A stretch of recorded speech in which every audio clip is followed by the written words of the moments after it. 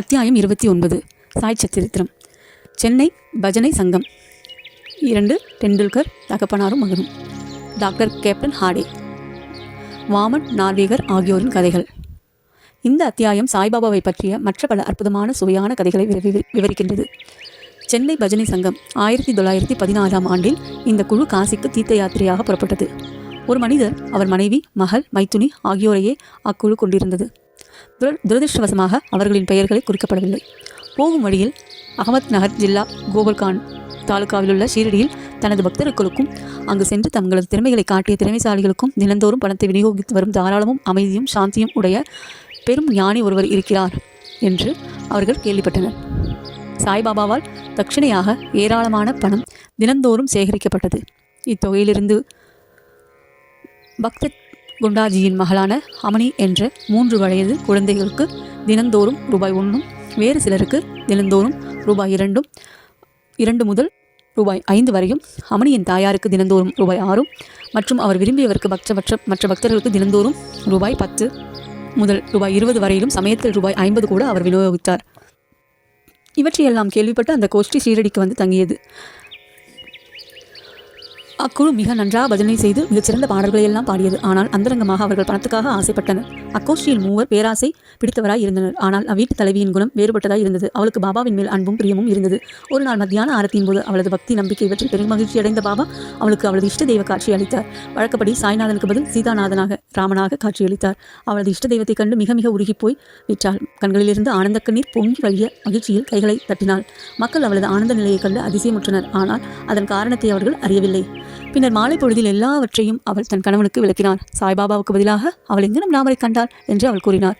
மிகுந்த எளிமையும் பக்தியும் உடையவளாதலால் அது அவளது மனப்பிராந்தியே என்று அவர் நினைத்தார். மற்றவர்கள் எல்லாம் சாய்பாபாவை பார்த்து கொண்டிருக்கும்போது நீ மட்டும் ராமனை காண்பதாவது என்று அவர் அவளை கேலி செய்தார். அவளது மனம் அமைதியாகவும் சாந்தமாகவும் இருந்தபோதெல்லாம் அடிக்கடி ஸ்ரீராம தரிசனத்தை கண்டாள்.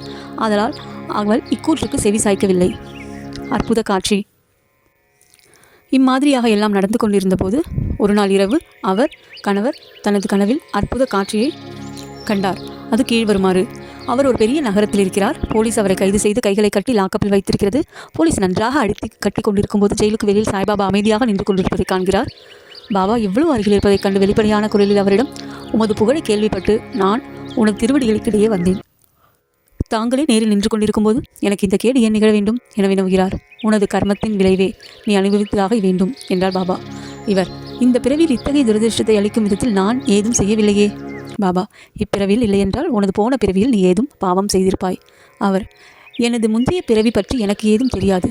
ஆனால் அப்படியே நான் செய்திருப்பதாகவே வைத்துக்கொண்ட போதிலும் தங்கள் சாநியத்தின் முன்னர் நெருப்பில் வைக்கோல் எறிவதைப் போன்று ஏன் அவைகள் அழிக்கப்படக்கூடாது?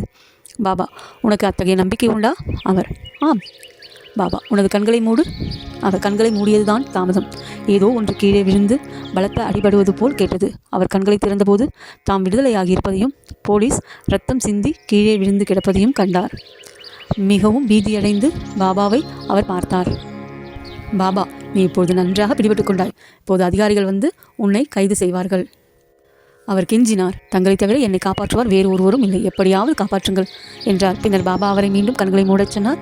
அவர் அதே மாதிரியாக செய்து பின் கண்களை திறந்தபோது அவர் ஜெயிலுக்கு அருகே விடுதலையாக இருப்பதையும் பாபா அவர் அருகில் இருப்பதையும் கண்டார். பாபாவின் காலடியில் அப்போது அவர் விழுந்தார். இந்த நமஸ்காரத்திற்கும் முந்தைய நமஸ்காரத்திற்கும் ஏதேனும் வித்தியாசம் உண்டா என்று பாபா கேட்டார். ஏராளமான வித்தியாசங்கள் இருக்கின்றது. எனது முந்தைய நமஸ்காரங்கள் எல்லாம் தங்களிடமிருந்து பணம் பெறுவதற்காக செய்யப்பட்டன. ஆனால் இந்த நமஸ்காரமோ தாங்கள் கடவுள் என்ற எண்ணத்தில் செய்யப்படுகிறது. அத்துடன் தாங்கள் முஸ்லீமாக இருந்து கொண்டு இந்துக்களை பாழ்படுத்துவதாக நினைத்தேன். பாபா, முகமதிய கடவுள் மீது நம்பிக்கை இல்லையா?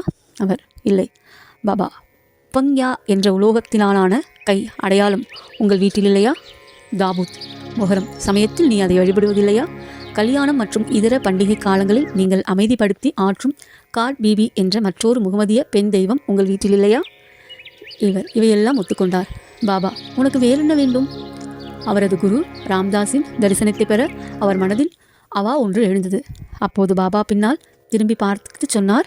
அவர் திரும்பிய போது ராம்தாஸ் நின்று கொண்டிருந்தார். அவர் காலடியில் விழப்போன போது ராம்தாஸ் மறைந்து விட்டார். பின்னர் அவர் பாபாவை விருப்பத்துடன், நீங்கள் வயதானவராக தோன்றுகிறீர்களே, உங்கள் வயது என்னவென்று தெரியுமா என்று கேட்டார். பாபா, என்ன நான் கிழவன் என்றா சொல்கிறாய்? என்னோடு ஒரு ஓட்டப்பந்தயம் பார்த்துவிட்டு சொல். இதை கூறிவிட்டு பாபா ஓடத் தொடங்கினார். அவர் பின்னாலேயே ஓடினார். ஓடும்போது பாபா அவரது பாதத்தில் எழும்பிய தூசியில் மறைந்து விட்டார். அவரும் கண் விழித்தார். விழித்த பின் கனவு காட்சியை பற்றி அவர் தீவிரமாக சிந்தித்தார். அவரது மனோபாவனைகள் முற்றிலும் மாறிவிட்டது. பாபாவின் பெருமைகளை அவர் உணர்ந்து கொண்டார். அதன் பின் அவரது பறிக்கும் குணமும் சந்தேகமும் மறைந்து ஒழிந்தன. பாபாவின் பாதாம்புயத்தில் உண்மையான பக்தி அவருக்கு ஏற்பட்டது. அக்காட்சி கனவுதான், ஆனால் கேட்கப்பட்ட வினா விடைகள் மிகவும் விறுவிறுப்பானதும் பொருள் செறிந்ததும் ஆகும். மறுநாள் காலை எல்லோரும் ஆரத்திக்காக மசூதியில் குழுமிய போது பாபா அவருக்கு 2 ரூபாய் மதிப்புள்ள இனிப்புகளையும் தன் பாக்கெட்டிலிருந்து 2 ரூபாய் பணமும் எடுத்து பிரசாதமாக அளித்தார். மேலும் சில நாட்கள் அவரை அங்கு தங்கச் செய்து அல்லாஹ் உனக்கு தாராளமாக அளிப்பார், உனக்கு எல்லாவித நன்மையையும் செய்வார் என்று ஆசி கூறினார். அங்கு அவர் அதிகமாக பணம் பெறவில்லை, ஆனால் அதற்கும் மேலானவைகளை பெற்றார். அதாவது பாபாவின் ஆசியை அது அவருக்கு தொடர்ந்து நன்மை அளித்து வந்தது. பின்னால் அக்கோஷ்டிக்கு ஏராளமாக பணம் கிடைத்தது. அவர்கள் பிரயாணம் வெற்றிகரமாக முடிவடைந்தது. அவர்கள் பிரயாணத்தின் போது எவ்வித அசௌகரியமோ தொல்லையோ ஏற்படவில்லை. பாபாவின் அருளால் எய்திய ஆனந்தத்தையும் ஆசிகளையும் நினைத்தவாறே பத்திரமாகவும் சௌகரியமாகவும் வீடு திரும்பினர். டெண்டுல்கர் குடும்பம். பாந்த்ராவில் டெண்டுல்கர் என்னும் குடும்பம் ஒன்று இருந்தது. அதன் உறுப்பினர்கள் எல்லோரும் பாபாவின் பக்தி பூண்டவர்களாக வாழ்ந்து வந்தனர். ஸ்ரீ சாய்நாத் பஜன்மாலா என்னும் 800 செய்யுட்கள் கொண்ட ஒரு நூலை திருமதி சாவித்ரிபாயி டெண்டுல்கர் பதிப்பித்திருக்கிறார். அது பாபாவின் லீலைகளை எல்லாம் விளக்குகிறது. பாபாவை பற்றி ஆர்வம் கொண்டோர் எல்லோரும் படிக்க உகந்த நூல் அது. பாபு டெண்டுல்கர் எனும் அவர்களது புதல்வன் இரவும் பகலும் அரும்பாடுபட்டு படித்துக் கொண்டிருந்தான். அவன் மருத்துவ பரீட்சைக்கு செல்ல வேண்டும். சில ஜோசியர்களை கலந்தாலோசித்தான். அவனது ஜாதகத்தை பரிசீலித்துவிட்டு கிரகங்கள் அவனுக்கு இவ்வருடம் சாதகமில்லை என்றும், எனவே அடுத்த வருடம் அவன் பரீட்சை சென்றால் நிச்சயம் வெற்றி பெறுவான் என்றும் அவர்கள் கூறினார்கள். இது அவனை கவலைக்குள்ளாக்கியது, நிலை கொள்ளாமல் இருக்க செய்தது. சில நாட்களுக்கு பின் அவரது தாயார் ஷீரடிக்கு சென்று பாபாவை கண்டார். பல விஷயங்களுடன் சில நாட்களில் பரீட்சை எழுதியிருந்த தனது மகனின் கவலைக்கிடமான நிலைமையும் அவள் பாபாவுக்கு கூறினார். இதை கேட்டுவிட்டு பாபா கூறினார், உனது மகனிடம் என்னை நம்பும்படி சொல். ஜாதகம், கைரேகைக்காரர்கள், ஜோசியம் ஆகிய முன்னோடி உரைகளை தூக்கி எறிந்துவிட்டு அவன் பாட்டுக்கு படித்து கொண்டிருக்கட்டும். பரீட்சையை அமைதியாக எழுதட்டும். அவன் இவ்வாண்டு தேர்வது உறுதி. என்னை நம்பும்படியும் ஏமாற்றமடைய வேண்டாம் என்றும் சொல். தாய் வீட்டுக்கு திரும்பி இச்செய்தியை மகனுக்கு கூறினார். பின்னர் அவன் கஷ்டப்பட்டு படித்து உரிய காலத்தில் பரீட்சையும் எழுதினான். எழுதும் பேப்பர்களை அவன் நன்றாக செய்திருந்தான். ஆனால் சந்தேகத்தால் பீடிக்கப்பட்டு பாஸ் செய்வதற்கு போதுமான மார்க்குகள் தான் பெறப்போவதில்லை என்று எண்ணினான். எனவே வாய்மொழி பரீட்சைக்கு போவதை பற்றி அவன் கவலைப்படவில்லை. ஆனால் பரீட்சை அதிகாரி அவனை விடுவதா இல்லை. அவன் எழுதிய பேப்பர்களில் பாஸ் செய்துவிட்டதாகவும் வாய்மொழி பரீட்சைக்கு அவன் வரவேண்டும் என்றும் சக மாணவன் ஒருவன் மூலம் செய்தி அனுப்பினார். இவ்வாறாக அவன் அப்பரீட்சையிலும் தேர்வதற்கு ஊக்குவிக்கப்பட்டு 2 வெற்றியடைந்தான். கிரகங்கள் அவனுக்கு எதிராக இருந்த போதிலும் பாபாவின் அருளால் அவன் இவ்வாறாக வெற்றி பெற்றான். ஐயங்களும் கஷ்டங்களும் நம்மை சற்றே அசைத்து நம்பிக்கையை உறுதிப்படுத்தவே சூழ்கின்றன என்பதை இங்கே அறிய வேண்டும். நாம் வாழ்க்கையில் சோதனைக்குள்ளாக்கப்படுகிறோம். முழு நம்பிக்கையும் பாபாவை பற்றி கொண்டு நமது முயற்சிகளை தொடர்ந்து செய்வோமானால் நமது முயற்சிகள் அனைத்தும் முடிவாக வெற்றியில் முடிசூட்டப்படும். இப்பையனின் தந்தையாரான ரகுநாத் ராவ் பம்பாயில் உள்ள வெளிநாட்டு வாணிப கம்பெனி ஒன்றில் பணியாற்றி வந்தார். வயதாகிவிட்டபடியால் அவரால் வேலையை சரியாக செய்ய இயலவில்லை. எனவே அவர் ஓய்விற்காக விடுப்பு எடுக்க வேண்டியதாயிற்று. விடுமுறையின் போது அவர் தேக நிலை முன்னேறாததால் லீவை அதிகப்படுத்துவதோ அல்லது வேலையிலின்று ஓய்வு பெறுவதோ தவிர்க்க முடியாததாகிவிட்டது. அவர் முதுமையும் நம்பிக்கையும் வாய்ந்த பணியாளராக இருப்பதால் அந்த ஸ்தாபனத்தின் முக்கிய மேனேஜர் அவருக்கு ஒரு பென்ஷனுடன் ஓய்வு கொடுக்க தீர்மானித்தார். எவ்வளவு பென்ஷன் கொடுப்பது என்ற பிரச்சனை இத்தகைய தீர்மானத்திலிருந்து வந்தது. அவர் மாதம் ரூபாய் 180 பெற்று வந்தார். பென்ஷன் தொகையாக ரூபாய் 75 வீட்டு செலவுக்கு பராமரிக்க போதுமானவை என்று. எனவே அவர்களுக்கெல்லாம் இவ்விஷயத்தில் கவலை உள்ளவராக இருந்தனர். முடிவாக ஏற்பாட்டுக்கு 15 தினங்களுக்கு முன்பாக பாபா திருமதி டெண்டுல்கரின் கனவில் தோன்றி, பென்ஷன் 100 ரூபாயாக அளிக்கப்பட வேண்டும் என நான் விரும்புகிறேன். இது உனக்கு திருப்திதானே என்று கேட்டார். பாபா, இம்மாதிரி ஏன் என்னை கேட்க வேண்டும்? நாங்கள் உங்களையே முழுவதுமாக நம்புகிறேன் என்று திருமதி டெண்டுல்கர் பதிலளித்தார். பாபா ரூபாய் 100 என்று கூறிய போது ரூபாய் 10 இன்னும் அதிகமாகவே கொடுக்கப்பட்டது. இது ஒரு விசேஷ நியதியாக தனது பக்தர்களுக்கு அதிகமாக அற்புதமான அன்பையும் பாதுகாப்பையும் பாபா நிச்சயமாகவே காண்பிக்கிறார் என்பதை உணர்த்துகிறது. கேப்டன் ஹாடே. பீகானீரில் தங்கியிருந்த கேப்டன் ஹாடே என்பவர் பாபாவின் மிக பெரும் பக்தர். ஒருமுறை அவரது கனவில் பாபா தோன்றி, என்னை மறந்து விட்டாயா என்று கேட்டார். ஹாடே உடனே பாபாவின் பாதங்களை பிடித்துக்கொண்டு, தனது தாயை குழந்தை மறந்துவிட்டால் அது எங்களும் காப்பாற்றப்படும் என்றார். பின்னர் ஹாடே தோட்டத்துக்கு சென்று அவரைக்காய் பறித்து ஒரு விருந்துக்கும் தட்சிணைக்கும் ஏற்பாடு செய்துவிட்டு இவைகளை எல்லாம் பாபாவுக்கு சமர்ப்பிக்க இருந்தபோது விழித்து கொண்டார். சில நாட்களுக்கு பின் அவர் குவாலியர் வந்தவுடன் ஒரு நண்பருக்கு ரூபாய் 12 மணி ஆர்டர் மூலம் அனுப்பி ரூபாய் 2 ஷிதா மளிகை பொருட்களுக்கும் காய்கறிகளுக்கும் ரூபாய் 10 பாபாவுக்கு தட்சிணையாக அளிக்கும் குறிப்பையும் அனுப்பியிருந்தார்.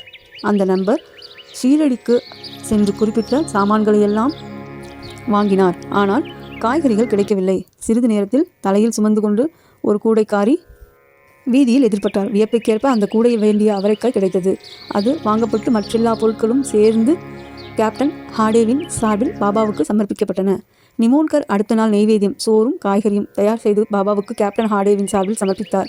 சாப்பிடும்போது அவரைக்காயையே பாபா முதலில் எடுத்து சாப்பிட்டதை, சாதம் முதலியவற்றை தொடாததைக் கண்டு அனைவரும் அதிசயப்பட்டனர். இதை தன் நண்பன் மூலம் கேட்டறிந்து ஹாடேவின் மகிழ்ச்சி கரைக்காணாது போயிற்று. புனிதமாக்கப்பட்ட நாணயம். பாபாவின் ஸ்பரிசத்தால் புனிதமாக்கப்பட்ட நாணயம் ஒன்று தன் வீட்டில் இருக்க வேண்டும் என்று பிறிதொரு சமயத்தில் கேப்டன் ஹாடே விரும்பினார்.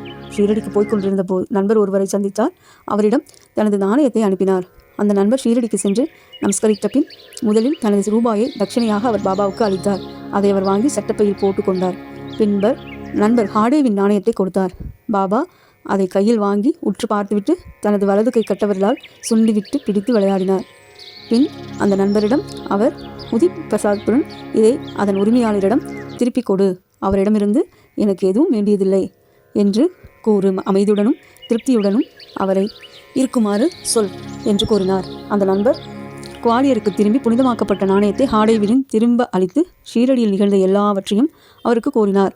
இம்முறை ஹாடே மிகவும் மகிழ்ந்து பாபா எப்போதும் தாம் விரும்பிய மாதிரியான நல்ல எண்ணங்களை ஊக்குவிக்கிறார் என்று உணர்ந்தார். பாபாவும் அதையே முறையாக நிறைவேற்றினார். வாமன் நார்வேகர். இப்போது வாசகர்கள் மற்றொரு கதையை கேளுங்கள். வாமன் நார்வேகர் என்றழைக்கப்படும் மனிதர் ஒருவர் பாபாவை மிகவும் நேசித்தார். அவர் ஒருமுறை ஒரு நாணயம் கொண்டு வந்தார். அதன் பக்கத்தில் ராமர், சீதா, லக்ஷ்மர் ஆகியவர்களின் உருவங்களும் மற்றொரு பக்கத்தில் கூப்பிய கரங்களுடன் ஆஞ்சநேயர் உருவமும் பொறிக்கப்பட்டிருந்தது. அதை பாபா தனது ஸ்பரிசத்தால் புனிதப்படுத்தி உதியுடன் திருப்பி அளிக்க வேண்டும் எண்ணத்தில் பாபாவுக்கு அதை அவர் அளித்தார். ஆனால் பாபா உடனே அதை தம் பாக்கெட்டிற்குள் போட்டுக்கொண்டு விட்டார். வாமன் காராவின் எண்ணத்தை ஷாமா பின்னர் பாபாவுக்கு தெரிவித்து அதை திருப்பி அளிக்க வேண்டினார். பாபா பின்னர் வாமன் ராவின் முன்னிலையில் இவ்வாறு பேசினார். அது ஏன் அவருக்கு திருப்பி அளிக்கப்பட வேண்டும்? அதை நாமே தான் வைத்துக்கொள்ள வேண்டும். அதற்காக ரூபாய் 25 கொடுத்தாரானால் அது திருப்பி அளிக்கப்படும்.